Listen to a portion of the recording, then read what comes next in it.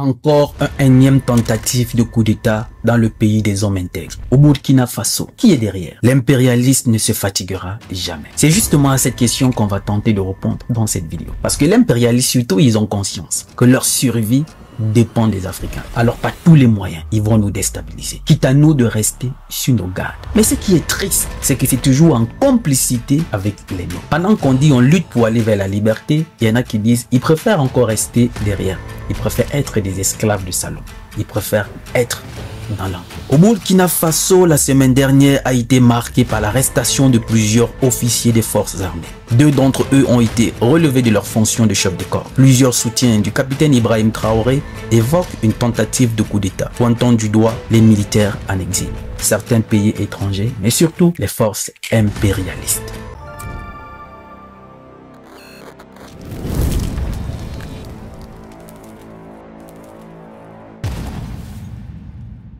Énième tentative de coup d'État. Qui est derrière? Et ce qui est triste, c'est que l'Africain n'a toujours pas appris du départ de Thomas Sankara, de Patrice Lumumba, ou encore récemment là, c'est sous nos yeux qu'on a ôté la vie du colonel Kadhafi. Sous l'émotion, on a peut-être regretté et tout, mais quelques années plus tard, avec le comportement de ceux par qui ces forces impérialistes passent pour déstabiliser une fois de plus le Burkina Faso, on comprend qu'en réalité, l'Africain n'a rien compris et que certains méritent le sort qui leur arrive. On se demande, est-ce que c'est toujours la conséquence de l'esclavage qui est toujours dans nos esprits, qui est en train de se perpétrer sur chaque génération? Comment peut-on comprendre que certains jeunes, ou encore des Africains, dotés de tout leur sens, peu importe ce qu'on peut leur promettre, s'élèvent et qui décident de déstabiliser leur pays, sachant que ceci, c'est dans l'intérêt des forces impérialistes? Pas dans l'intérêt de leur État et même pas dans leur intérêt propre, parce que l'histoire nous apprend que ce n'est pas dans leur intérêt propre, ça reste toujours dans l'intérêt des Occidentaux. L'Africain n'a toujours pas compris. Énième tentative de coup d'État au Burkina Faso. Qu'est-ce qui s'est réellement passé? Écoutons d'abord ces quelques extraits des vidéos que je vais partager avec vous et que par la suite on partagera la leçon de vie qui se cache derrière. L'Africain est malade.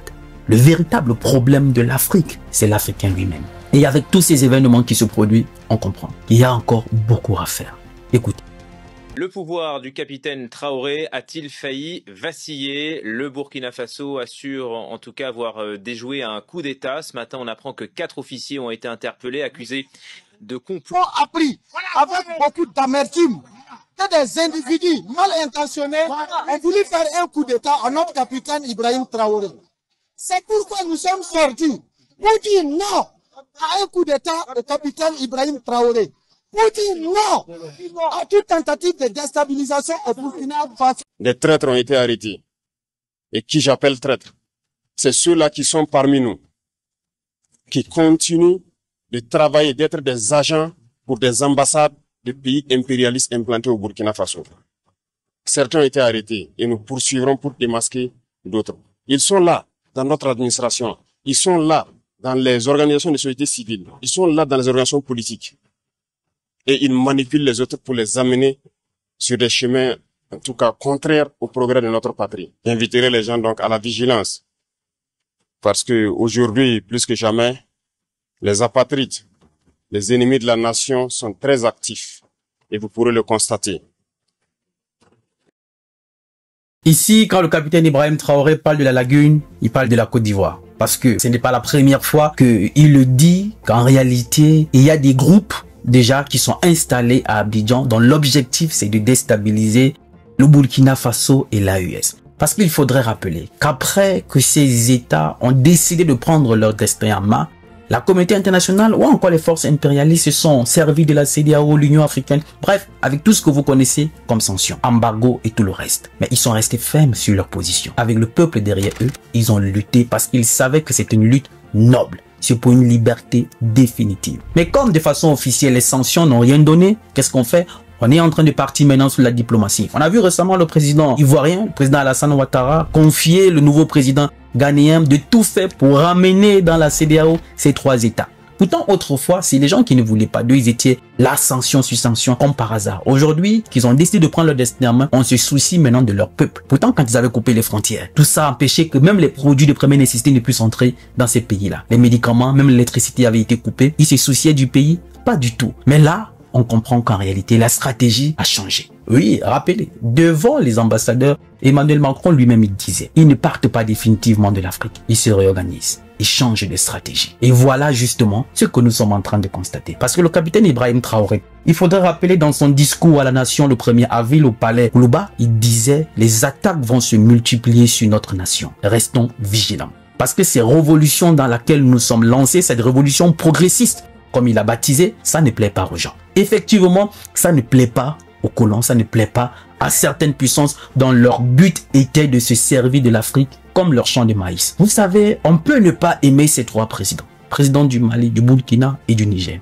On peut ne pas les aimer. On peut ne pas aimer la façon dont ils sont arrivés à la tête du pays. Il faudrait reconnaître, ce sont les game changers. Ils sont venus changer la donne. Ils sont venus appliquer la réciprocité. Ils sont venus enlever cette peur, cette psychose que les colons avaient inculquée dans l'esprit de nos parents. De manière à ce que c'était eux qui dictaient les lois. Mais eux, ils sont arrivés et les ont fait partie de chez eux. Ils ont dénoncé les accords. Ce qui était autrefois, il y a 10 ans, 20 ans en arrière, c'était impossible. Et pire encore aujourd'hui, ils sont sur la réciprocité. Tant que vous appliquez ce qui ne nous arrange pas, nous on refait la même chose. Nous sommes un État et vous allez nous regarder d'État à État. On peut ne pas les aimer, mais sur ce point, on peut les apprécier. On dit le plus souvent, si vous n'aimez pas le lièvre, il faut reconnaître qu'il court bien. Mais comme l'Africain est toujours celui qui ne pense qu'à son intérêt propre, on va toujours se servir des Africains pour déstabiliser l'Afrique. Voilà pourquoi le grand Alpha Blondy dans l'une de ses chansons disait l'ennemi de l'Afrique, c'est l'Afrique. Les colons, ils ont compris. Emmanuel Macron encore récemment s'adressait à la jeunesse en France, il disait l'avenir de la France ne peut pas se jouer sans l'Afrique. Donc eux là-bas, ils ont conscience que leur avenir ne peut pas se jouer sans l'Afrique. Donc ils ne laisseront jamais l'Afrique tranquille parce que leur survie en dépend. Le général là récemment, celui qui était chef d'état-major de l'armée de France que Macron a mis de côté, je sais pas si c'est le Cointe et tout, qui disait que même si c'est au moyen de leur armée, il faut qu'ils retournent coloniser l'Afrique. Vous comprenez qu'en réalité, les autres ne nous laisseront jamais tranquilles. Mais ce qui est triste, c'est que c'est en complicité avec les Africains. On n'a toujours pas appris du départ de Thomas Sankara. On n'a toujours pas appris du départ de Patrice Emery Lumumba ou encore du colonel Muammar Kadhafi. Avec leurs médias mensongers de propagande, on l'a peint Kadhafi comme étant le dictateur. Mais il a fallu qu'on lui ôte la vie pour qu'on comprenne qu'en réalité, son pays était plus stable que la plupart des pays occidentaux. On n'a toujours pas appris. Comment concevoir que ce sont des Burkinabés, des parents dotés de tous les sens, pour la plupart des intellectuels, dont on vient aujourd'hui promettre monde et merveille. Parce que pour ceux qui s'élèvent aujourd'hui pour prendre les armes contre leur pays, c'est des gens à qui on a promis des villas, je ne sais pas moi, aux Champs-Élysées, des appartements à New York, des comptes un peu partout offshore. On va leur proposer de sacrifier leur pays. Mais ce qu'ils oublient, c'est qu'en réalité, ce qu'on leur propose aujourd'hui, ils ont comme impression que ces personnes sont avec eux. Mais comme je dis toujours, on n'apprend toujours pas de notre histoire. Ça, c'est le président Laurent Gbagbo qui le disait. Et cette phrase restera gravée dans ma mémoire. L'Africain n'a toujours pas appris de son histoire. On leur donne ce qu'on leur donne aujourd'hui, de fait ce qu'ils vont faire pour leur pays, dans l'intérêt des Occidentaux, et que plus tard, quand ils n'auront plus besoin d'eux, on va les sacrifier. Nous savons tous, les preuves à l'appui. C'est passé en justice. Le verdict a été donné. Les coupables qui ont ôté la vie au président Thomas Sankara, c'est Blaise Compaoré. Dans l'intérêt des Occidentaux. François Mitterrand à l'époque. Mais quand ils n'ont plus eu besoin de Blaise Compaoré, ils l'ont laissé tomber. Quand ils n'ont plus eu besoin de Bazoum, on l'a laissé tomber. Quand ils n'ont plus eu besoin d'Ali Bongo, on l'a laissé tomber. Quand ils n'auront plus besoin de tous ces gens-là, dont ils se servent aujourd'hui pour vouloir déstabiliser le Burkina Faso, ils vont leur laisser tomber. Voilà pourquoi certains présidents aujourd'hui, on se plaint qu'ils veulent s'éterniser au pouvoir. En réalité, ils n'ont pas tort. Parce qu'ils savent que s'ils quittent le pouvoir, c'est direction à la prison. À cause des exactions qu'ils ont eu à poser dans l'intérêt des Occidentaux. Sinon, comment quelqu'un qui est doté de tous ses sens aujourd'hui peut s'élever pour vouloir déstabiliser le Burkina Faso? Avec ce que ces trois présidents sont en train d'apporter à cette partie de l'Afrique. Parce que, comme j'ai dit, on ne peut pas les aimer. Mais en réalité, on devait se servir de l'exemple qu'a pris ces trois présidents. Avec courage, de dire ça suffit comme ça. Nous, on veut notre liberté. Et qui sont derrière? Écoutez. Après analyse technique approfondie, l'individu est identifié au nom de Bahari Abdraman et se trouve être un officier des forces armées burkinabais. Il est identifié appartenant au bataillon de justice militaire. La recherche d'informations sur lui dans son corps d'appartenance va permettre aux agents de renseignement de découvrir que l'officier est en situation d'absence irrégulière depuis quelques semaines et fait l'objet de procédures pour désertion.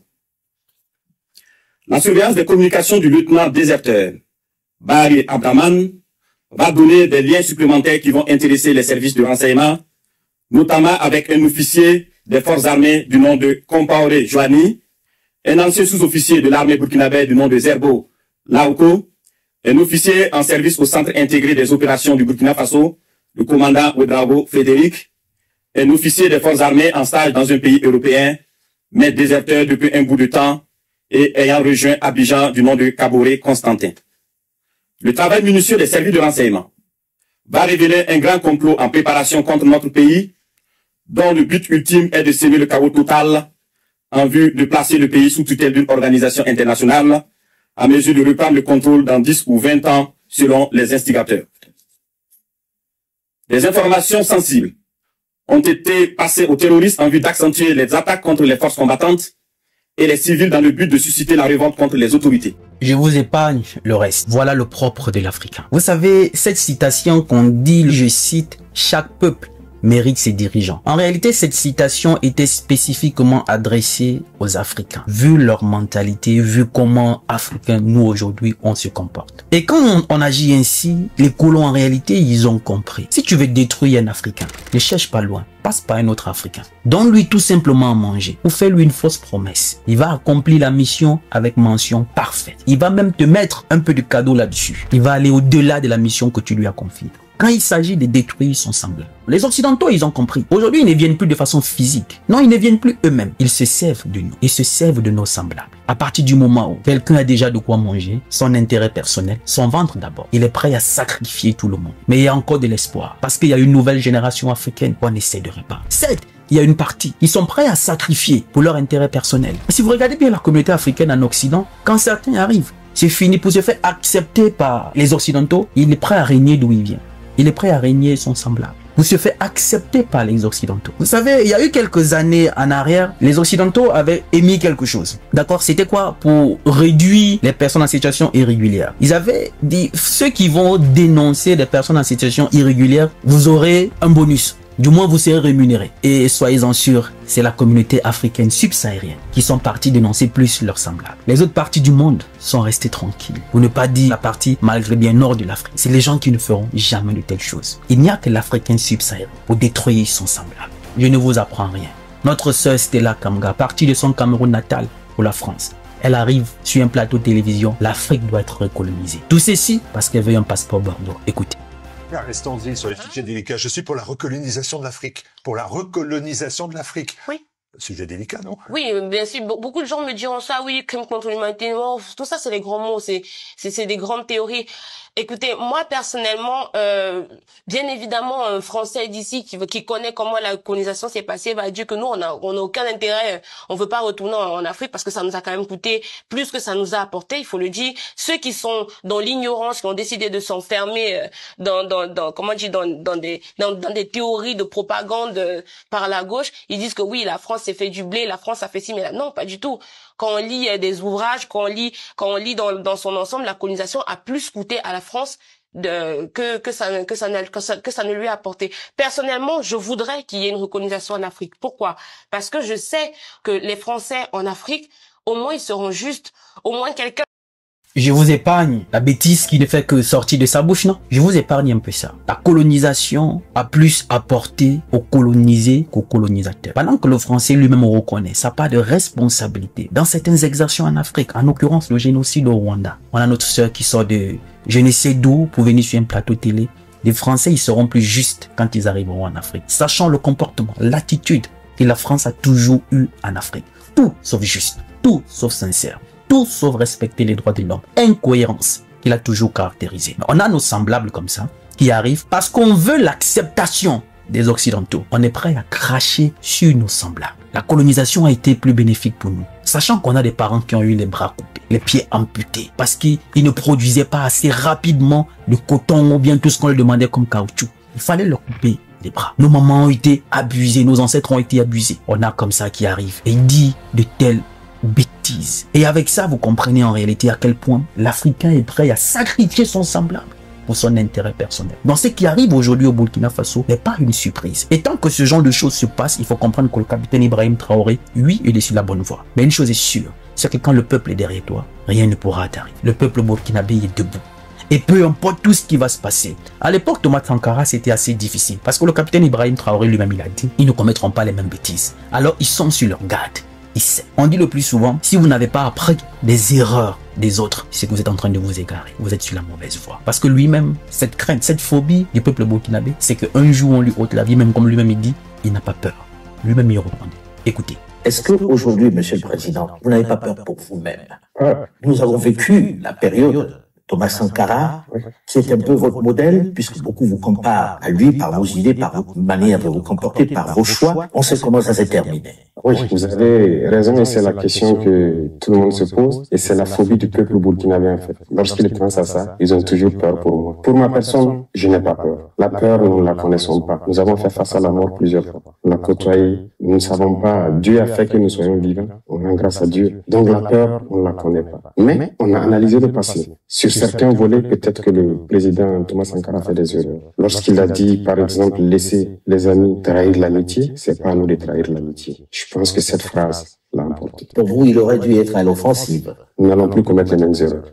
Nous n'allons plus commettre les mêmes erreurs. Donc, tous les manigances qui sont en train de se préparer en se servant des pays voisins, en l'occurrence, comme on l'a dit, la Côte d'Ivoire, ça ressort, le Bénin et tout, une chose est sûre, les autres de leur côté, ils sont en train de se préparer. Une énième tentative de coup d'État depuis que le président Ibrahim Traoré est à la tête du Faso. C'est qu'ils laissent voir que eux, ils sont sur la bonne voie. Mais ce qui m'a un peu désolé et attristé, c'est que je suis allé voir quand France 24 a posté sur leur page le commentaire de certains Africains. Oui, il doit partir de la même façon dont il est venu. Tu vois des commentaires en disant, c'est ce qui arrive aux putschistes. Tu comprends en réalité, Africains, nous sommes malades. Quand tu lis, tu vois de la misère dans leur raisonnement. Et c'est les mêmes qui vont se plaindre des civils qui changent les constitutions pour rester de façon éternelle au pouvoir. Je demande en réalité, mais l'Africain, il doit être malade. Mais pas tous les Africains. Parce qu'il y a une nouvelle génération aujourd'hui qui s'élève, qui a conscience et qui ne tombe plus dans ce piège de la propagande. Et qui le dit haut et fort aux colons. Qu'ils le veulent ou pas, l'Afrique sera libre. La patrie ou la mort, nous vaincrons. Je suis Roland Campbell.